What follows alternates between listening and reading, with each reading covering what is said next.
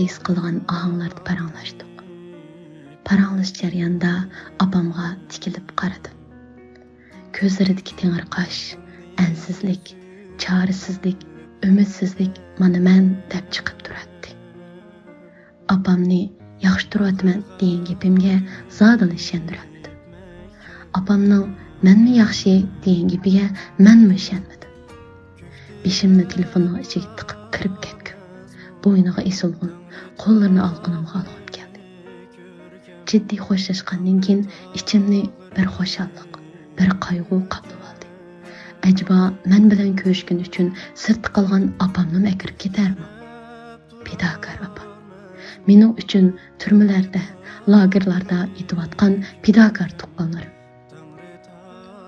Men bugun qog'oz ustida xohlagan narsani yozib o'ltirgan, putimni so'zib yotalgan bo'lsam, butunlay shularning qini badiliga, jini badiliga kelgan edi. Sukutim hozirgacha hech nimani o'zgartib boqqani, hech kimni qutqizib qolgani yo'q. Ammo ular meni qutqizib qolgan edi. Men qaytishim kerak. Biroq hozir ketsam, qabristonlikda bir tal jasad ko'paydi xolos. Muqaddas kitoblardan insonlarning tuproqdan yaratilganligini ko'rgan edim. Demak, menmi bir tuproqning parchasi. Mening bir parcham kinni qinib to'kilgan joyda. Shunga doim o'zimni yerim his qilaman. Kamtuk his qilaman. Bu kamtuklik mening yana bir qismim bilan uchrashgandila butunlikka va abadiy rohatlikka erishdi. Biroq bir zolim kuch borimni opandi. Tuproqimdan uzoqlashtirayotgandi. Uning zolimligining hisobi yo'q. Yuzsizligining so'rig'i yo'q. Yolg'onchilikning sababi yo'q. Adolatsizligining tarasi yo'q. Bu yalmavuzning ko'zi bo'lsa, mening ashu tuproqimda edi. Shuning uchun tuproqning osti ustidagi jonliq, jonsizlarning hammasini yalmab yutib tugitayotdi. Ichida mening ashu pidokor opammi bor edi.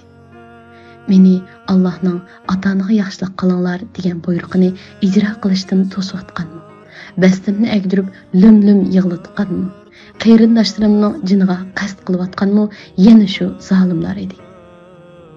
Demak, bu zolimlar tuproqimdan to'liq yo'qolmoqcha mendek nini erkaklarning, ya'ni bo'yni egiklik, basti buyuklik turdiganligi aniq edi. Vatansizlik degan boylik bilan yo'q qilib bo'lmaydigan. Yo'qsullikdanmi ig'ir, ochlikdanmi betar bir narsa edi. Men vatanimga qaytishim kerak. Chunki mening bir qismim vatanda. Ammo men bundoq yuzsizlarcha qaytmayman. Qarindoshlarimning qotilini vatandan qo'g'lab chiqarib, shehidlarimiz vatanda hur dafn qilingan bo'lgan qadar kurash qilib qaytaman. Bostanda güzel chehre, dilda jo'sh urar